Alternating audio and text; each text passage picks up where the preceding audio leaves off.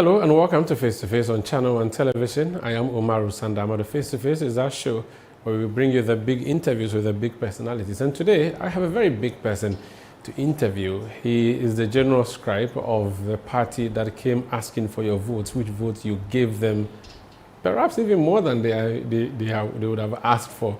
I'll be speaking to him after this break when we come back. Please stay.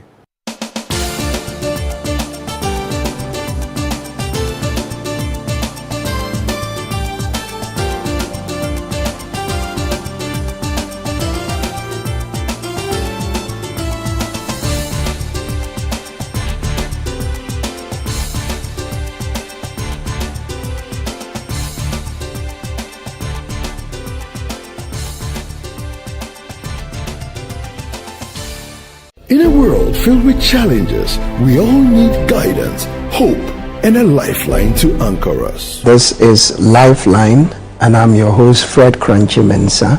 From social issues, relationship challenges, and family matters, Lifeline is here to inspire, uplift, and guide you on your journey. Where we give you support, where we hold your hand through the valley and through the thick and thins of life. Join Bishop Fred Crunchy Mensa. I welcome you especially to Lifeline. Every Tuesday and Thursday at 10 p.m. right here on Channel 1 TV. Let's walk this path together, strengthen our faith, our families, and our lives. Lifeline, because every soul deserves a guiding light. Tune in to Lifeline on Channel 1 TV and let's grow together.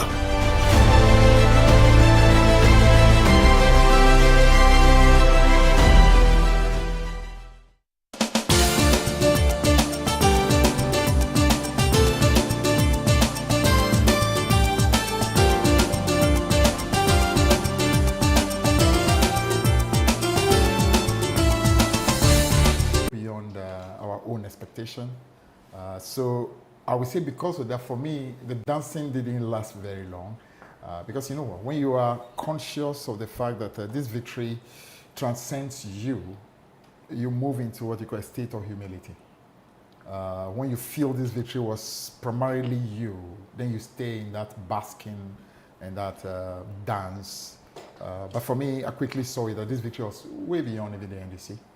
It's a victory that's coming from somewhere higher. It's not normal. No, it's not. It's not. It was a victory that came through the very soul of Ghana.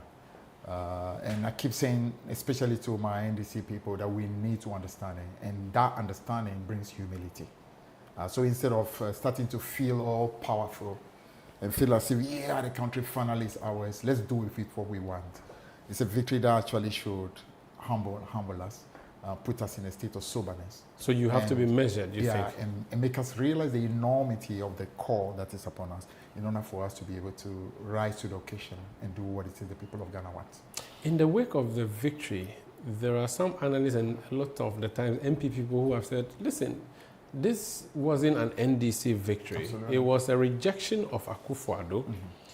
And that NDC didn't really gain much. They say, they didn't get any new numbers. It was the same votes that Mahama got in 2020 that he's gotten in 2024. So it's not as if Mahama is loved by Ghanaians or NDC is loved by Ghanaians, but it was people despising Akufo-Addo and the MPP, and that's why what happened. What would you say to such a comment? In every battle, there are always two things that happen. It is often said that opposition parties do not win, is the ruling government that lose. And there's quite truth to that. Because on a day-to-day basis, the people of Ghana are watching a ruling government. They start feeling very disappointed. They start feeling very angry, especially when they feel there's a lot of arrogance, there's a lot of plain corruption. And sometimes in the midst of the suffering that you're going through, it becomes even worse when you see that there's a certain attempt to insult your intelligence. When you start feeling, I say, you guys are doing so bad and you're insulting our intelligence on top of it. So all that comes together into incrimination, especially when the young people feel particularly abused and insulted, totally not cared for by a ruling government. So that's the reality. But that's just one. The second reality is that there must be an instrument that provides a certain hope. And NDC clearly was that instrument that was providing a certain hope for the people of Ghana. So naturally, there's an anger on one point, but there's also a contrast in saying that, these guys, we really thought these guys were bad as of 2016. But if you really compare what it is that happened in the 8 years under the NDC, compared to what it is we have now, this is what you call the lowest of the low. This is what you call the total degeneration of a country.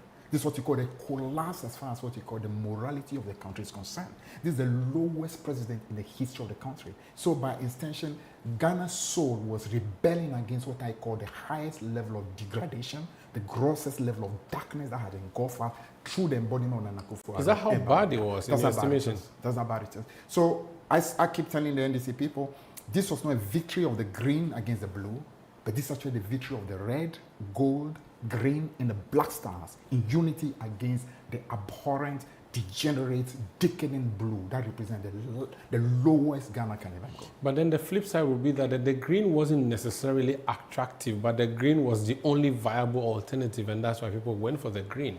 Not necessarily because the green was a better option, because the green was rejected 8 years ago by 1 million votes. No, I mean, I disagree. First and foremost, the green doesn't need to be perfect for it to be the vehicle. No, there's no perfect vehicle on the planet. Trump is not perfect, but America went for Trump. Because the green represents, though not perfection, it represents an instrument that can be better. An instrument through whom, say, something higher that wants to work for Ghana, can do something. And as far as I'm concerned, the green is simply, should I call it, that original vehicle that God wanted to use to bring glory to this country, Kwame Nkrumah. That's what the green stands for. In fact, it's so good. The green is literally that instrument that something higher needs to use now to do what it is intending to do for Ghana. That's what Kwame Nkrumah was meant for, as a big vessel.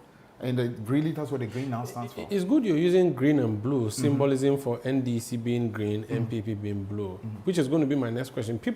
You hear people say, listen, NDC and MPP are the same, really. These parties, they are the same. Same old wine in a new bottle, or to use a more vulgar word, same old, just a different day. I mean, how different is NDC from MPP? They both have N in there. I agree. I mean, as I said earlier, there's no perfect vehicle. So if anybody says NDC is a perfect vehicle, that would be a lie. But between the two vehicles, there's always one that is a better vehicle for the service of the country. And this is a much better vehicle for the use of the country. Let me tell you why. You see, fundamentally, the spirit of the NDC is a spirit of service for country. Jerry Rawlings was not just some kind of, should I call it, a random individual. He was not perfect. And a lot of people still are angry with him, especially because of the excesses that happened during the 1979 coup and subsequent 81 revolution. But let me tell you, he was an instrument through whom a lot happened. The democracy of the country came through him. This very stability we're talking about today, he was the means by which it came.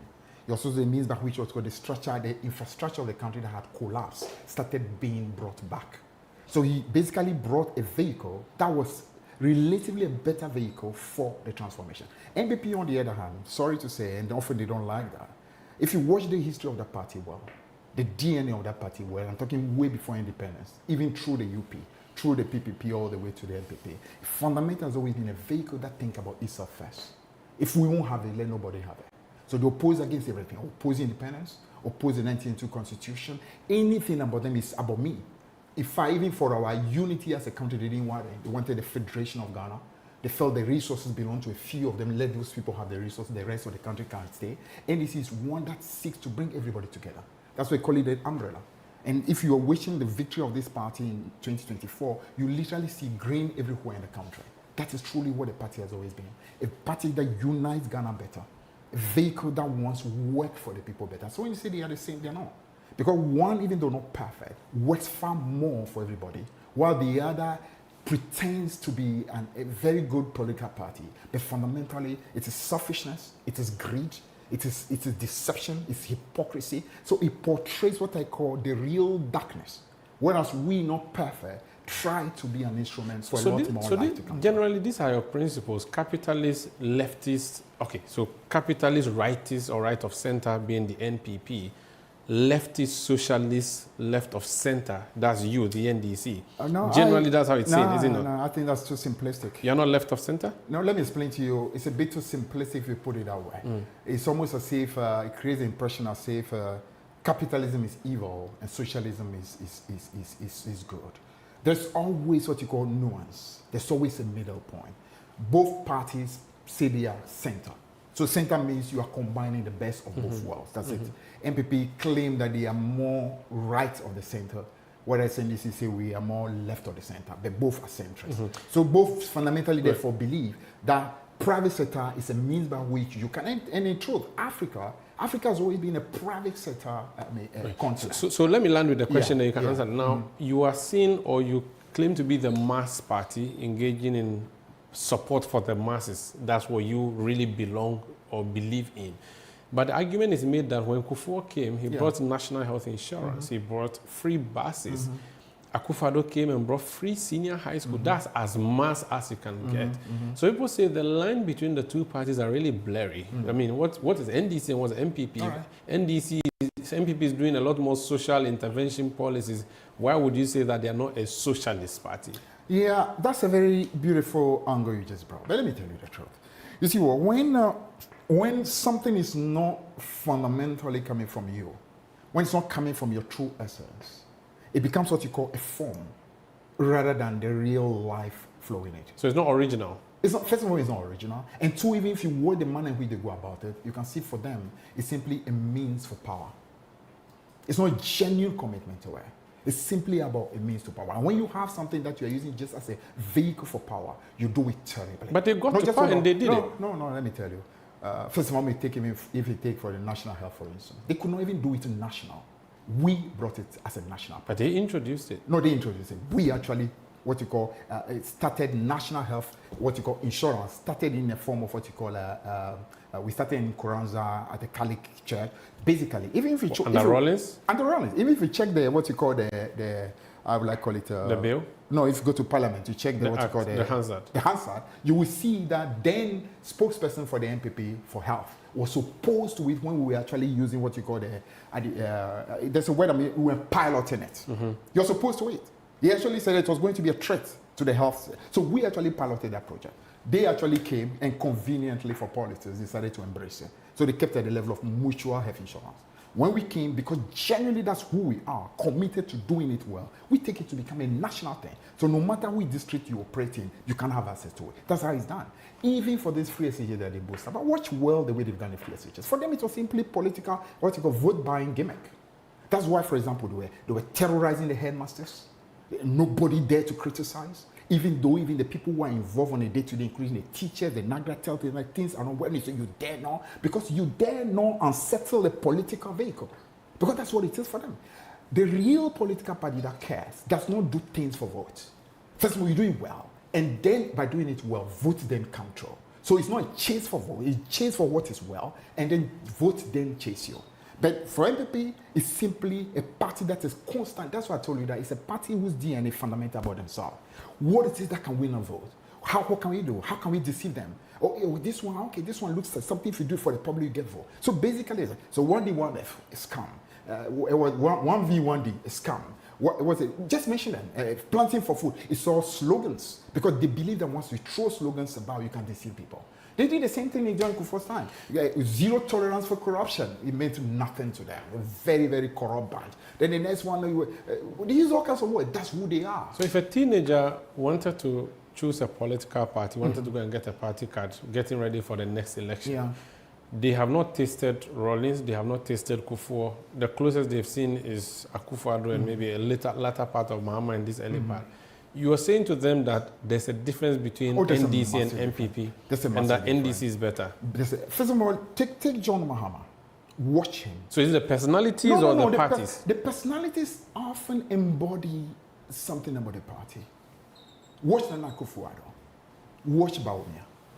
Of the three of them, one of them that is the epitome of deception is Bawumia. So, but let's leave him. He was number 2. Akufo-Addo. Akufo-Addo, you watch him. Epitome of deception. That's very harsh. No, it's the truth. Based on what? Do I need to now go back on the fact that every step of the way, this was a gentleman who was much more interested in spinning than telling the truth. This gentleman didn't have the courage to own up to the fact that they mismanaged the economy, and that was the reason why there was problems. He wasn't in charge. He was the head of the economic management team. That's symbolic. No, it's not symbolic. You were in charge. He was the one who was coming to Parliament and the budget was being read, and came and sat down. It was nodding his head as the budget was being done. And then when the moment came for the difficulties to be acknowledged, he ran away and pretended, no, it's not really me, I was not in charge. That itself tells you that you don't have leadership. You are a coward. You don't have a sense of responsibility. You cannot take accountability. And if you do not have those attributes, you dare not think about leadership of a country, because you are a moral weak, you are a coward. You should not come close to leadership of any country. So, as I said, the three of them, watch John Mahama, watch Nana Akufo-Addo. John Mahama, an epitome of simplicity. A man genuinely wants to do something for his country. The other one, if you saw it, it's all about posts. Oh my God, my father was president. I've always had an aspiration to become president. Suddenly I'm a president. He tries only when it comes to speeches. Then they'll write beautiful speeches, then he come and deliver, feeling very presidential. Sure? But underneath all is nothing but shallowness, hollowness, total degeneration. That's what the country has seen over the last 8 years. You have won a decisive victory. Mm-hmm. There are people who think that you have overwon. And the problem now for you is you have 180 plus members of parliament. Mm-hmm. You promised to appoint only 60 ministers into the government, which means you have 2/3 of your MPs without jobs in the executive. Many people, and we do know this, mm-hmm. go to parliament because they want it's a stepping stone into the executive. Mm-hmm. Now that they don't have jobs in the executive or in the government, mm-hmm. they'll become idle, and they'll be bickering, and they cannot go and satisfy their base, and there's going to be trouble. Do you think that you overpromised when you said you give 60 ministers, and what do you do with the surplus or excess MPs you have in parliament? Another very good question, Sanda. Sanda, when we move into the campaign and we spoke about resetting Ghana, maybe members of our own party just thought that it was just a word that we're using, reset. And maybe as far as some of them are concerned, that reset means it should be directed towards anybody except the NDC. So reset the NPP. Reset the people who are not on our side. But the real reset must begin from the NDC. Charity begins at home. Now, if we as the people in the party who have found ourselves in positions of leadership in a party cannot be the first group of people to understand that reset means reset. It means it cannot be business as usual. It cannot be what it is that used to be. It should be something different. That means that we don't understand what is going on here. Now, I really ran for parliament because I was hoping for a job. Then please, you got it wrong. I was in parliament twice. After 2 times, I felt enough. You retired voluntarily? Enough. Because I've never understood this business about parliament is the means by which I need to get a job in government. Parliament was simply a means by which you wanted to serve your people. And so that should be your number one thing. So don't come telling me that, okay, I came to parliament and I'm hoping that I can get ministerial. Please. That was not part of it. So that's Fifi Kwetey. You have been ministerial is a bonus. Yeah, that's Fifi Kwetey. No, but a lot of other people hold the contrary view. No, ministerial is a bonus. In fact, I insist that the constitutional review, one of the first things that must be done is to decouple this business about if you're in parliament and you can be elected to become a member of government. No, they should decouple it so that we have genuine parliamentarians. So if Umaru Sanda wants to run to become an MP, we know that Umaru Sanda is looking for an MPship. You're not coming to use MPship, deceiving the country. Meanwhile, what you are really looking for is ministerial. Focus on legislation. Your heart wants to legislate, go in there, legislate. So that's something you would... That is what I recommend, that the country must go, the constitutional review must do, and decouple the two. Parliament must become a means of checking government. You remember, though, that's the only way this country is going to go forward. You remember, so though, people need to appreciate that this thing about disappointment, please tone down. But remember that Hillary Liman suffered a fate. That's why this thing was brought into the constitution, so that you don't have the legislator holding the executive to ransom. So that's why they said, put some of your executive people in parliament so that at least you have some good people in there. You don't build the country because of what you call an exception. That was an exception rather than a rule. We have so many countries that be practicing democracy, and that was not the case. I don't really think that if you go back to the PNP PNP even as a party had the internal cohesion and things were really well aligned within the party. So we should not really be building future constitution based on an anomaly that happened during the PNP. So for you, I think we need to come back to a point where, because remember in all this, the most important consideration and the best way to serve the people of Ghana, and the best way to serve the people of Ghana is to have Parliament doing its job. Parliament should not be an appendage of the executive, where literally everything is just about what the executive want you. No. For the sake of Ghana, we must have a body that's able to say, no, this is not acceptable. We are not going to allow this. The people of Ghana would not accept it. And for the executive to accept that that's how it ought to be. This is a reset idea. Do you think that your party members really know this? That's what I'm telling you, that some of them initially might think that it was just a verbal pronouncement, but it's much deeper than that. It's much deeper than that. But I'm happy. The president himself is aware that this reset thing begins with the NDC. That's why he keeps talking about the fact that if any of his appointees do not understand, the bar must be higher. And the bar must be higher for the sake of Ghana. So it's not business as usual? No, it should not be business as usual. But you have 120 MPs who have not been appointed. You are saying that they should focus on legislative work. Were there no MPs when I was minister? There were many people who were MPs as well. They were not in ministry. And they were not happy. They were grumbling. What do you mean they were not grumbling? Now the grumbling will be louder. What do you mean they were happy? I mean, there were people who were focusing on the parliamentary job and doing their job as parliamentarians. Why on earth should we have a situation where the only reason why you become an MP is because you want to be a minister? Let me take a break. This is Face to Face on Channel 1 TV. My guest is Fifi Kwetey. He's a chief scribe of the NDC. I'm going to talk more with him about managing party in government. That's a bit difficult. When you're in opposition, it's easy. Organize a demonstration. Hey, the government is not doing well. But now you are in government. How do you shape party, issues versus government? He's one of the few people who are privileged to go into cabinet. How is he able to marry the executive or the government and the party? I'll talk to him about that. Plus, we'll talk about the general reset agenda. They say he's targeting, or his party is targeting the NPP and the judiciary in this reset agenda, not necessarily NDC. Please stay with us. I'll ask him more. Life is a celebration of moments. Big and small. The sun is scorching, I'm feeling the heat. With Piva Drink, every moment becomes a refreshing celebration. From the beach to your home, in every corner of your world, Piva Drink adds a burst of refreshment. Give me Piva cocktail and tangerine.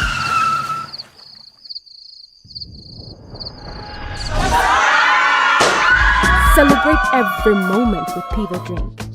Refreshment for every occasion. Piva Drink, a taste you will love.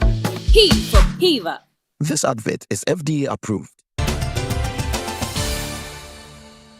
You're welcome back. This is Face to Face on Channel 1 Television. I am Umaru Sanda Amadu. My guest is the General Secretary of the National Democratic Congress, Fifi Fiavi Kwetey. So, MPs who think that satisfying them would mean appointing them into government have to rethink the whole agenda of getting into government.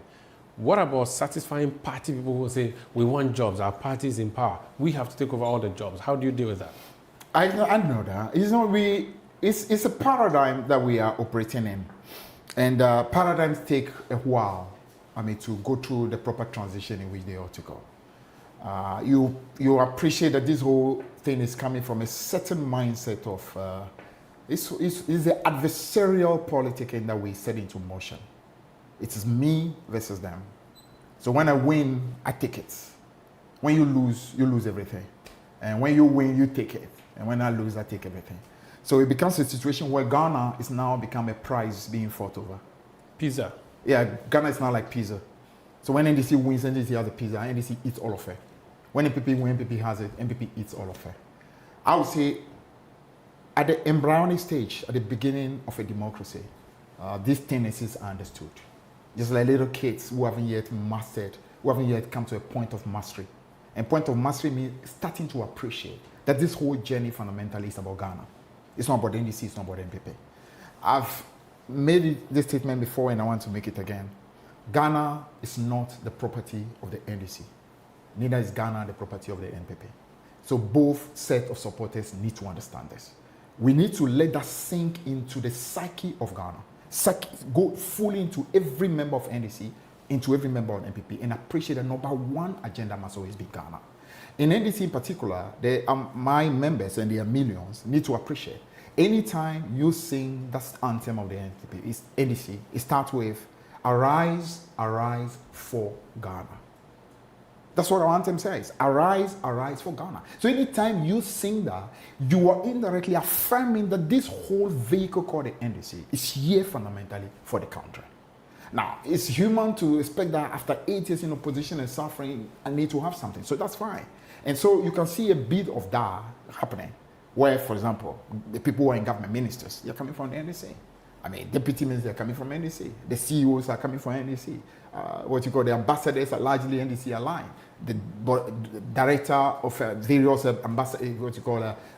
directors, of institutions are all NDC and stuff like that. And it goes all the way to the district level, all the way to the unit level as well. But gradually there must be a certain understanding that is simply temporary arrangement. It cannot continue like that if we want to really build a Ghana that is strong. What President Mahama and the government we need to focus on is ensuring that we solve the critical issues of the economy and make this economy to become a bigger economy. If PISA we spoke about, if our concentration is making sure the PISA gets bigger and bigger, it's big enough now for everybody. Everybody gets a slice. Everybody now gets a slice. But you see, I don't, therefore, in that respect, I don't, for example, now need to go like what Akufo-Addo was doing. Instead of growing the PISA, Akufo-Addo believed that no, I'm not growing this PISA. The PISA is virtually remaining the same. But I'm now going after the people I don't like. So the destruction of the business that do not belong to me, of individuals I feel on the other side, let's cripple them. Let's make sure we cripple their businesses, prevent them from having any opportunity. That's not really what governance is about. Governance is about making sure but when people have done what is wrong, that's when we come to a whole issue of criminal prosecution. People who have done what is wrong, whether NDC or MPP, there must be a system to ensure that they all get punished. Okay. What do you think? That's why I like it when the president keeps saying that what is happening at the moment is not simply some kind of going after people who have done wrong in MPP, but setting a tone so that in case you in the NDC do the same thing, the same punishment is meted out to you. That is when we are transitioning into a place where Ghana is become the center of what we ought to do. I'll come to the issue of Ora. You are thinking more nationalistic, but you see, again, back to your MPs, and I heard Alexander Afenyo-Markin make this comment, leader of the minority. He said very soon, your people will not be in the Parliament House at all. So when you're looking for them to transact business of government, they will not be there. They are possibly going out there to look for money elsewhere. They are grumbling. They are not happy. They may start, undoing the very government that they are part of. Let me ask you a question. They will torpedo you in so many ways. Let me ask you a question. I may not answer, but ask. It's not actually for you to answer, but simply to illustrate a point. Listen, the NPP MPs, how come they are able to stay in Parliament? Because they have nothing to worry about. What do you mean nothing to worry about? Don't they also have constituencies to manage? But they are party members and the constituencies will know that they are orphans. Yeah, what I'm trying to tell you is that if an NDC MP wants to remain in Parliament, it will still be able to take care of his constituency. It will still be done because the NPP MPs in opposition who are doing exactly the same thing and still able to take care of their constituencies. So this whole, should I call it template, that says that when I'm in government, the only way I can take care of my constituency is when I'm in Parliament, as in on a majority. The only way I can take care of my constituency is if I have access to government. I think it's by and large not true. Then again, as long as you're on the part of the majority, there are opportunities that you have that somebody in the minority would not have. That's natural. You have access to any minister. You have access to any CEO. You have access to board of directors. So naturally, some opportunities will come to you by the fact that you're a majority. But the point I'm making is this whole sense of entitlements. I must have this because my party is in power. I think is one of the biggest obstacles to any transformation that this country is going to see. And that must happen on both sides. The sense of entitlement must dissolve, must drop. Okay. Ghana should become the only entitlement. Okay. Only this country and its well-being, its transformation should be the center of everything. John Mahama was a man who was on the ballot, but he was riding on the umbrella into that election, which means you have a commitment and a promise you've made to Ghanaians. Which commitment and promise you would be wanting to be implemented through John Mahama? I do not know if it is law or it is just based on precedent that the General Secretary and the National Chairman are often allowed in cabinet. I'm sure that happens now, which means you go for cabinet meetings. How amiable is President Mahama to the party, i.e., how is he marrying the party and the government together to build both government and party? All right. I mean, you, does he listen to you people when you speak? I think, and you nailed it right when you said he rode on the back of a vehicle to become the president. If he had stood as an independent candidate, he would not have become president today. You saw the situation of Alan Chimante when he rode and when he became an independent candidate, and of Chada and all the rest. You understand that? So this vehicle NDC is a vehicle that allowed the President Mahama to become a president today. And I'm happy about one thing: he, more than anyone, is aware that the party is a vehicle that allowed him to come. And because of that, the party needs to constantly embrace in everything that we do. We are not, the chairman and myself as general secretary, we are not simply in cabinet as what you call some appendages. No. Every single person who is in cabinet there today basically rode on the back of the party. Our responsibility at every moment is to constantly remind all of them that, listen, what you are here is simply temporary. The only thing that is permanent here is the party. Because if we lose power right now, all of you will come back and become what you call subject to the party. So the party is number one, including the president. The party is number one. And they understand this? Of course they understand it. And but you must appreciate that, again, in democracy, especially in our part of the world, I will not even say just in our part of the world, even in America, as soon as power is won, there's a certain tendency to literally idolize the president. You understand that? Because everybody believes that I need to idolize him in order to be able to get access to this position and that position. So naturally they say that kind of need for a certain balance. You understand? But the good thing is this: President Mahama, having been in office before and having seen the difficulties that emerged when it was as if the president was becoming too much and the party was becoming too weak, saw that there was an imbalance. And that imbalance actually led to that massive humiliation that we had in 2016, where the party felt a lot of difficulty. The connection was not too good. He believes that he has a second opportunity. This second chance given to him by what I said earlier, something much higher than himself, something much higher than the NDC. What I believe to be a grand plan concerning Ghana, something coming from above for the soul of Ghana, for the transformation of the country. He believes that this second chance, he has to ensure that the balance between party and presidency remains very well. And so far you are saying that... I would say so far it's good. Let's talk about oral, Operation Recover All Loot. They say you are politically witch hunting NPP members. That's what you're doing. And you have nothing against the people. You are simply just chasing them, stopping people in traffic, asking them to explain how they have their cars, going into people's homes with hoodlums, carrying guns and all of those things. How do you defend that? I can appreciate some of that concern, but Umaru, you appreciate that. We are in a country that is governed by laws, and Umaru, as a very astute journalist yourself, and you are doing a good job. I'm not patronizing you, but you are doing a good job. And City is one of the big vehicles, I mean, for enlightenment and information in our country and beyond. You clearly, if you are monitoring well, you feel what I call the signature of the country. Listen carefully and feel the mood of this country, especially the young people. And a lot of these young people were the means by which the victory of the NDC was delivered.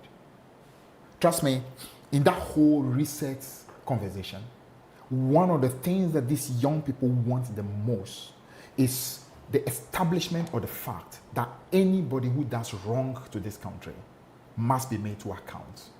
It must be made to appreciate that you dare not abuse or misuse or do something against the country.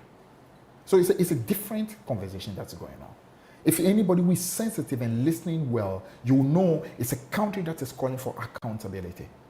In fact, I can tell you what is happening here is the same mood that engulfed this country around 1979, when the totality of Ghana kept shouting, let the blood flow, let the blood flow. That's the same mood. But the difference now is that the blood should not flow by virtue of taking people to the firing squad, as in physically shooting people and killing them.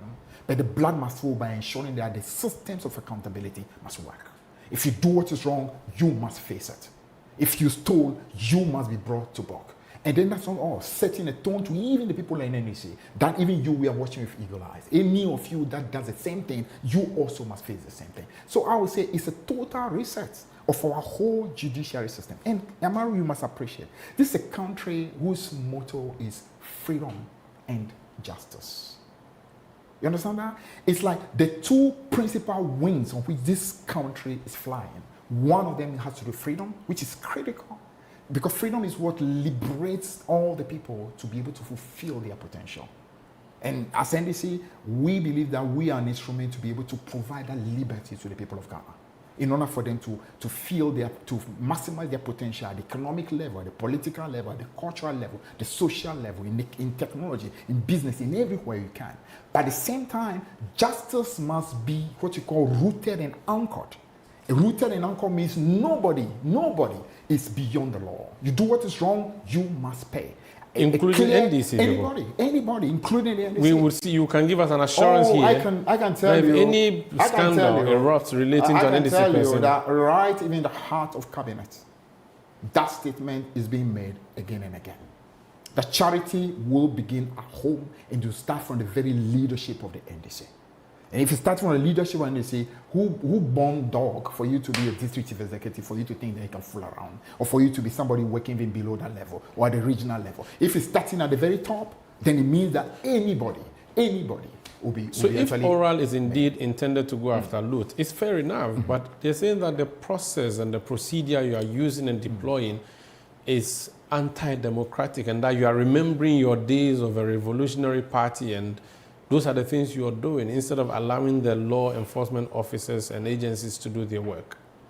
I'm not going to say that all the processes will be perfect. It's possible that some of them are not perfect.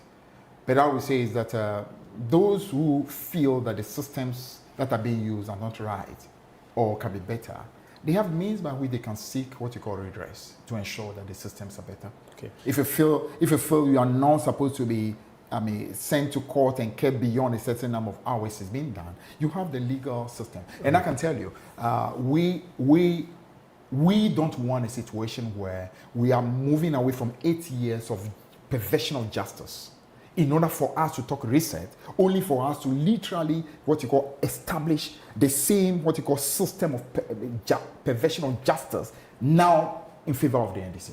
If it's wrong in the PP, it's wrong in NDC. What it simply means is that have a system that truly can deliver justice. And as I mentioned, the two major, what you call, the two major pillars of our country are freedom and justice. And justice has to become more transparent, more fair. That's the only way the soul of Ghana is able to rise to the level. Let's remain with justice. The NPP yesterday, Monday, went on the streets to demonstrate. They said they are out to save the judiciary, and that you, the NDC, are out to get the judiciary, starting with the foremost leader of the judiciary, the Chief Justice, Gertrude Tokono, that you are being vindictive. You simply want to remove her because you have a history with her. How do you defend that? Then again, I would say that our friends in the NPP they are panicking too much. They're panicking too much. What I would tell you, Sanda, is simple. If you really know you have nothing to fear, then it shouldn't really be too much of a worry. No, but supposing that even the systems and the procedures that are being engaged in, first and foremost, the procedures that are being engaged in are fully according to the Constitution. Because if they are not, anybody at all will be able to, as it were, take what you call the legal route and ensure that the systems are checkmated for the right thing to be done. I don't think any of them can say that anything that is being done now is against the Constitution. Because, for example, in terms of the petitions are not against, they are something within the same framework. And then the system by which the president makes the reference of those petitions to the Council of State is according to the Constitution. For the Council of State is supposed to, as it were, establish a prima facie case according to the Constitution. And then once that is done, the Chief Justice now goes in, resign temporarily in order to allow for the determination to be done. It's according to the Constitution. And that system also means that if through that investigation the Chief Justice is found not to be culpable, she's restored back to her position. It's also according to the Constitution. Now, if our friends are using the Constitution in a political way, you know that it is a constitution, but you are being political in doing what you are doing. and that you simply want to remove, and that you have a history. I think the fear of our friends is simple. I think they feel that Justice Tokonu has been extremely very aligned towards them. Was a good vehicle that was used, in their favor in many things that they were doing.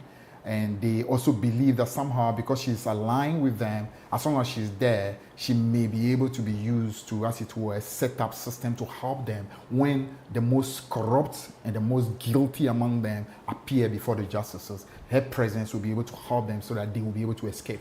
And now they feel Godmother is leaving. And if Godmother is leaving, it means we are in trouble. I think generally, all the demonstration you are seeing there is coming from a position of fear, trembling, quaking, people being protection afraid. of the judiciary. No, not protection. Because as I told you, we are not going to,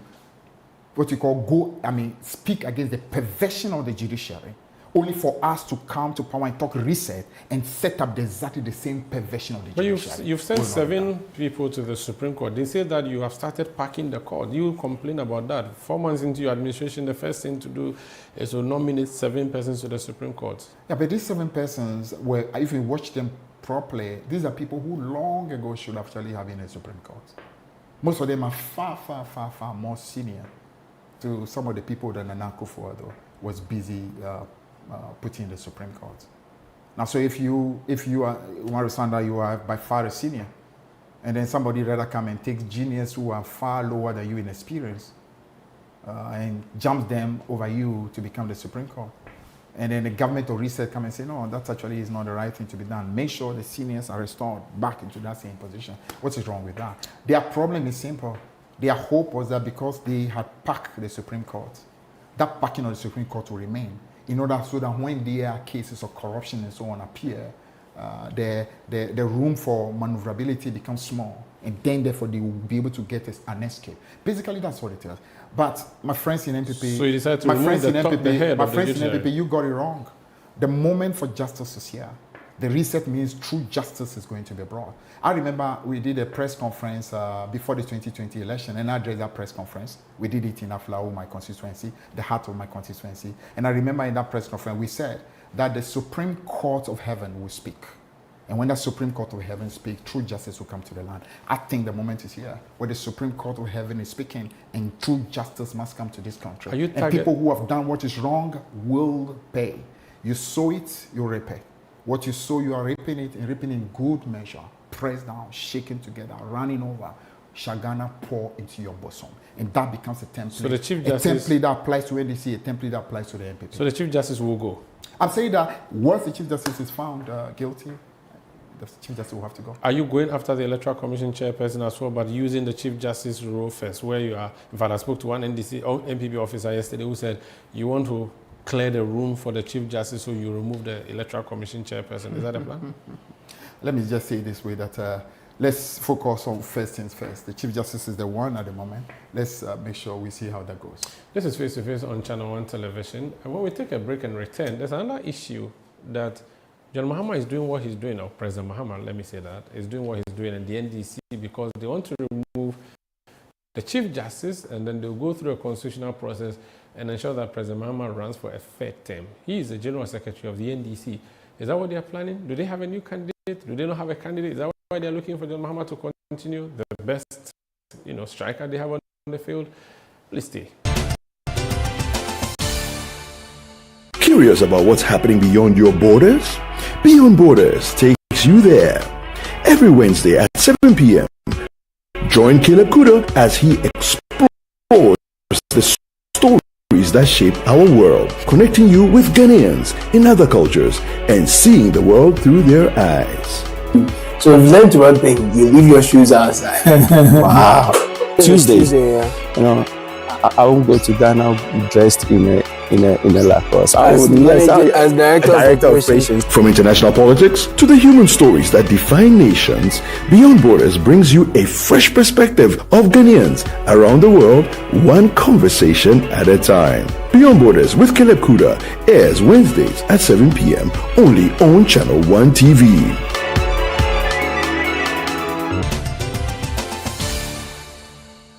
You're welcome back. This is Face to Face on Channel 1 television. My guest is Fifi Kwetey, the General Secretary of the NDC. Fifi, so aside everything that you're doing, you promise the youth of Ghana, regardless of whether they're NPP or NDC jobs, an agenda for jobs. Sure. How is your party dealing with that? How are you going to satisfy the base?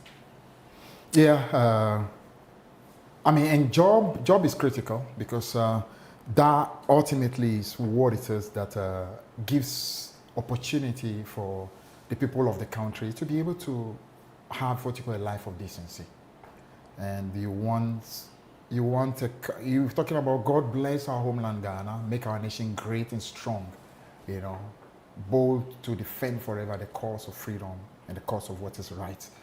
It's difficult for people to stand for their freedom and to do what is right if they don't have the means to be able to be themselves, have decency, be able to work. And to create job, first of all, it means you need to be able to set up the economy in a manner in which there is what you call facilitation for people to become more productive. And when people get more productive, then people are able to, as it were, get what you call more and more income. So that stability is critical. That's why, again, it's sad the levels of destruction that we saw as far as the economy of the country is concerned. But you're in charge. You're in charge now. No, but first you must take what you call account of what you meet. And on the back of that, then you know the enormity of the difficulty you face. And then now setting a process to be able to start delivering what you call the changes. Now what it simply means is this, that you are meeting a Ghana that is really like in a state of what you call intensive care unit. So you need to, the first thing you need to do is to ensure you work hard for it to move out of that intensive care unit and move into the recovery ward. But the recovery ward is not a place. You now to move from the recovery ward now and then be able to now come home. And come home now to now start getting the strength now to start going out. That'll take a century. No, but you can't. You have just 4 years. But unfortunately, things have to be done organically. If you try to precipitate things, you end up destroying things like that. So there must be an organic way in which the country gets back to its strength. Some of it you're already starting to see. I mean, you see, for example, gradual, should I call it, a decline that is happening as far as inflation is concerned. You see the city getting back into state of health again. It simply is coming because we put in a system that is trying to bring what you call some, should I call it, a sanity in the fiscal the power sector, though, which you need for your 24-hour economy, is to... Yeah, that's true, but you must appreciate that one of the places where there was the biggest destruction was in the power sector, where basically, even though MPP was... we left for MPP a country where doomsday was already resolved, a country that actually had far more power supply capacity than demand at the time they took over. We also handed them what you call the ESLA, that on a yearly basis was giving them in the region of about 3 billion a year. They still have left what you call a power sector that has what you call the greatest level of debt as far as the history of our country is concerned. So naturally, if you have that situation, it's a difficult situation. You don't resolve that situation in 5 months. Because you now have to take care of, for example, you heard about car power. Car power effectively has reached a place where it's now, we now have to be paid. Because if we are not able to be paid, we cannot continue supplying power.